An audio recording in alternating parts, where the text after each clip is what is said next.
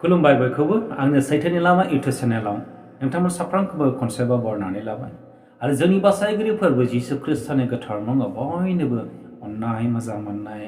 गोजोननाय जासिहरबाय जाय मासि आरो बे समाव नोंथांमोननि गेजेराव मोनसे गाहाम बाथ्रा आं लानानै फैदों गुसुङैहाय आरो बे साहित्य बिगानो जाबाय गोग्गो बेगरानो इसोरनि गाहाम बाथ्रा गोग्गो बेगरा इसोरनि गाहाम बाथ्रा बे टपिकनि गेजेरजों इसोरा जोंनो मा फोरोंनो हास्थायदों जों दान्दिसे जों सोलोंनि आरो जोङो गावजों गाव जों शेयार खालामनि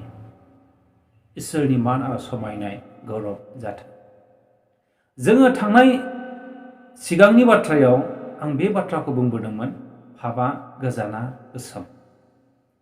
आरो जोङो पापखौ गोजाना गोसोम मिथिबायब्ला जों सोलायनो हाबाय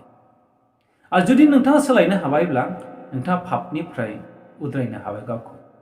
आरो जुदि नोंथाङा पापनिफ्राय उद्रायनो हाबायब्ला नोंथाङा गावखौ कनभार्ट खालामनो हाबाय नोंथाङा गावखौ जौगानायाव लाबोनो हाबाय बे गाहाम बाथ्राखौ जोङो थांनाय देवबाराव जों नायदोंमोन आरो दिनैहाय जोङो बेखौ नायनो बेगरानो इसोरनि बाथ्रा लुकासनि 8 अध्यायनि 11 बुंदों बेगरानो इसोरनि बाथ्रा बे गाहाम बाथ्रायाव जिसु ख्रिस्टआ गावनि सोलोंग्राफोरनो बे बाथ्राखौ बुंदों सासे बिगबाया गावनि हुआव गोग्गो बेगरखौ फोबाय आरो बे गोग्गो बेगरखौ फोनायाव सोरबाया अन्थायाव गोग्लैबाय सोरबाया बालाबारियाव गोग्लैबाय सोरबाया हा मोजाङाव गोग्लैबाय बिगबाया गोग्गो बेगरखौसो होखादों नाथाय बे गोग्गो बेगरनि गेजेराव सोरबा रज'बाय सोरबा रज'आखै सोरबा रज'बाय फिथाइ थायनो हायाखै सोरबा फिथाइ थायबाय दा बेनि गेजेराव माखासे बाहागोआ अन्थाइ सायाव गोग्लैबाय माखासे बाहागोआ बालाबारियाव गोग्लैबाय माखासे बाहागोआ हा मोजाङाव गोग्लैबाय गोग्गो बेगरखौनो इसोरा बिगबाया होखादोंमोन दा बेनि गेजेराव इसोरा बेखौनो जोंनो फोरोंनो हास्थायदों हुआ जाहैबाय जों आरो जोंनि नखराव गोग्गो बेगरा फोजाबाय जोंनि जिबनाव इसोरनि गाहाम बाथ्राया खोथा बायग्राफोरनि गेजेरजों फालक फासकफोरनि गेजेरजों खोन्थाबाय जाबाय लानाया नोंनि लायैयाबो नोंनि लानानै फिथाइ थायनायाबो नोंनिनो मुलाम्फा लानानै लायाबालानो थानायाबो नोंनिनो मुलाम्फा दा बेबादि गोग्गो बेगरखौ खोथा बायग्राफोरनि गेजेरजों इसोरनि गाहाम बाथ्राया खोन्थाबाय जाबाय लानाय लायैया नोंथांनि बाथ्रा नाथाय इसोरा जोंनो गोग्गो बेगरखौनो फोबाय आरो बे गोग्गो बेगरखौ जायफ्रा फोबाय आरो बे गाहाम बाथ्राखौ खोनामारनो फोथायग्राफ्रा फोथायबाय लाबाय आरो गावखौ बियो इसोरनो सम्पूर्ण गथायबाय आरो गावखौ बियो माने अबिडियेन्ट खालामनानै लाबाय मानिजाथाव खालामनानै लाबाय इसोरनि गाहाम बाथ्रा बे गावखौ कनभार्ट खालामबाय इसोरनि गाहाम बाथ्रा गावखौ बियो इस्टाब्लिश खालामबाय फाउन्डेसन खालामबाय दा बेजों बियो मोनसे गुबै ख्रिस्टियान नखर मिथिजानो गोनां जाबाय आरो बेजोंनो बियो इसोरनि बिसा होननानै मुख'जानो खाबु मोनबाय माबोरै जोङो इसोरनि गाहाम बाथ्राखौ मोनबायब्ला जों गावखौ सासे ख्रिस्टियान महराव ट्रेन्सलेट खालामनांगोन जोंनि महरखौ गुबै ख्रिस्टियानाव इसोरनि बिसा होननानै मिथिहोनो नांगोन इसोरनि गाहाम बाथ्रानि गेजेरजों आरो जोङो बे बेगरनि गेजेरजों इसोरनि बेगरनि गेजेरजों जोङो बिथाइ गोनां जानांगोन बिथाइया मा बिथाइयानो जाबाय नोंनि आखल नोंनि गियान नोंनि आब्रुथि नोंनि मोजां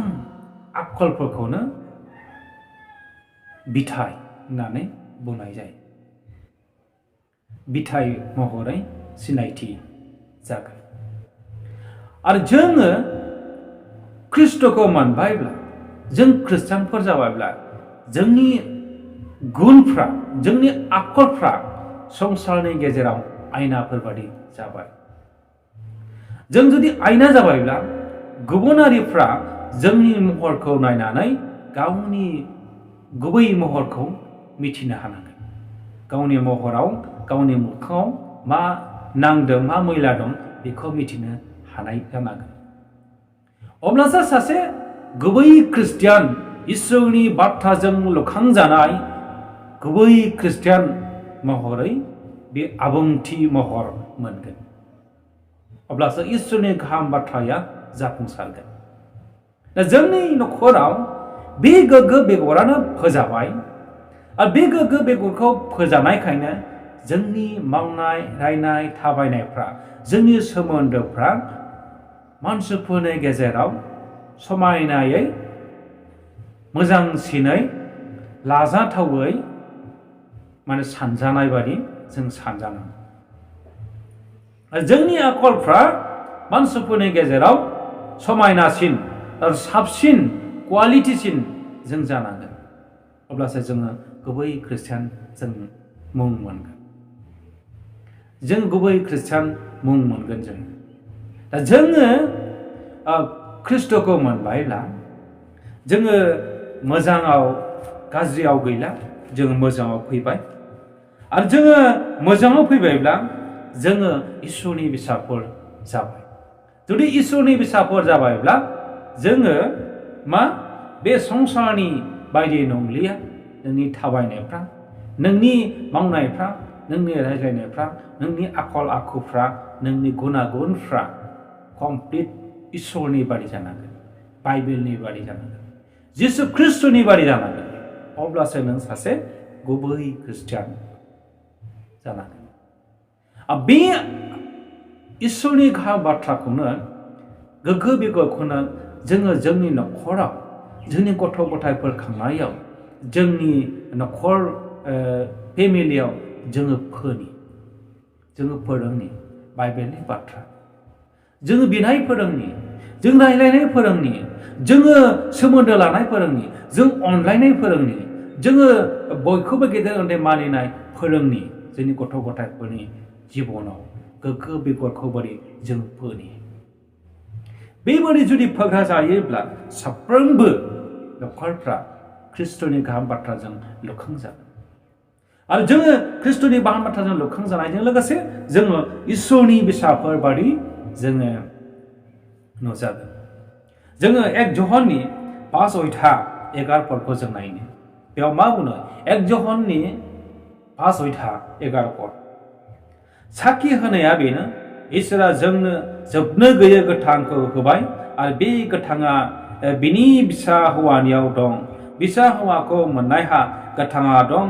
इसोरनि बिसा हौवाखौ मोनहैया गोथाङा गैया आरो अनलायग्रा लोगोफोर बे गोग्गो बेगरावनो गासैबो इसोरनि अधिकारखौ इसोरा जोंनो होबाय आरो बे गाहाम बाथ्रायावनो बे बेगरावनो इसोरजों अनजानाय इसोरनि बिसा जानो हानाय जोबनो गैयै गोथां जोबनो गैयै अननाय गोजोननाय गासैखौबो बे गाहाम बाथ्रायावनो होबाय बिसा हौवाखौ मोननाया गोथाङा दं बिसा हौवाखौ मोननाया गोथाङा गैया बेनिखायनो इसोरनि गाहाम बाथ्रायानो नोंनि लुखांनायनि थाखाय नोंनि नखर लुखांनायनि थाखाय नोंनि जिबननि थाखाय जोंनि थाखाय गोनांथि दङ बेनिखायनो जों बयबो इसोरनि गाहाम बाथ्रानि फारसे जों गावखौ जोङो गथायनो जों गावनि जिबनाव इसोरनि गाहाम बाथ्राखौ जोङो फोनि बेगरखौ जों फोनि जों बयबो इसोरनि गुबै फिसा जानो हानाय अधिकारखौ जों मोनबाय बे गाहाम बाथ्रानि गेजेरजों इसोरा जों बयनोबो बोर होथों जिसु ख्रिस्टनि मुङै गोजोन्थों।